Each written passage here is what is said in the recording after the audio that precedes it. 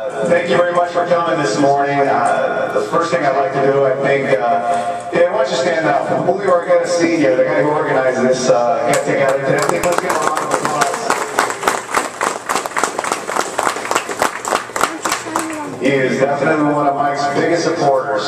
And for those of you who don't know me, my name is Julio Argueta Jr, and I'm an attorney in Lake County. I've been practicing for about 11 years. And I met Mike in 2000, I think. We've been friends ever since. When I first started, right after law school, I met Mike, and Mike and I worked together as prosecutors at the Lake County State's Attorney's Office. I worked there for about 3 years, and Mike and I got along instantly. I consider him one of my good friends. One of the things that about Mike, when you meet him, he's just an affable guy. He's got common sense to him, he's got a great sense of humor. But what appealed to me about him when I first met him is that he's just a hard-working individual. And I hope that every one of you has taken advantage of this opportunity to meet Mike, because I can talk about him all day long, but when you meet him, you'll know what I'm saying is true. One of the things that I wanted to read to you is there's an American Bar Association model code of professional responsibility.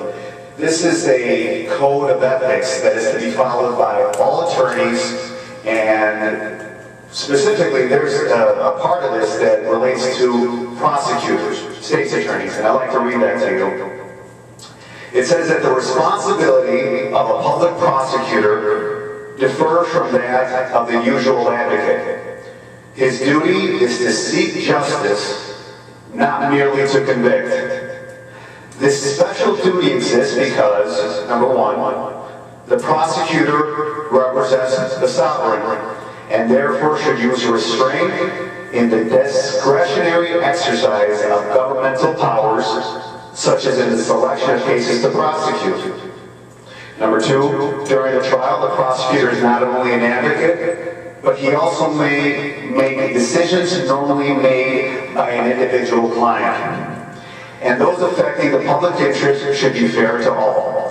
And number three, in our system of criminal justice, the accused is to be given the benefit of all reasonable doubts. That's something big for me. I'm a defense attorney, but with respect to evidence and witnesses, the prosecutor has responsibilities different from those of a lawyer in private practice. The prosecutor should make timely disclosure to the defense of available evidence known to him that tends to negate the guilt of the accused, mitigate the degree of the offense, or reduce the punishment. Further, a prosecutor should not intentionally avoid pursuit of evidence merely because he believes it will damage the prosecutor's case or aid the accused.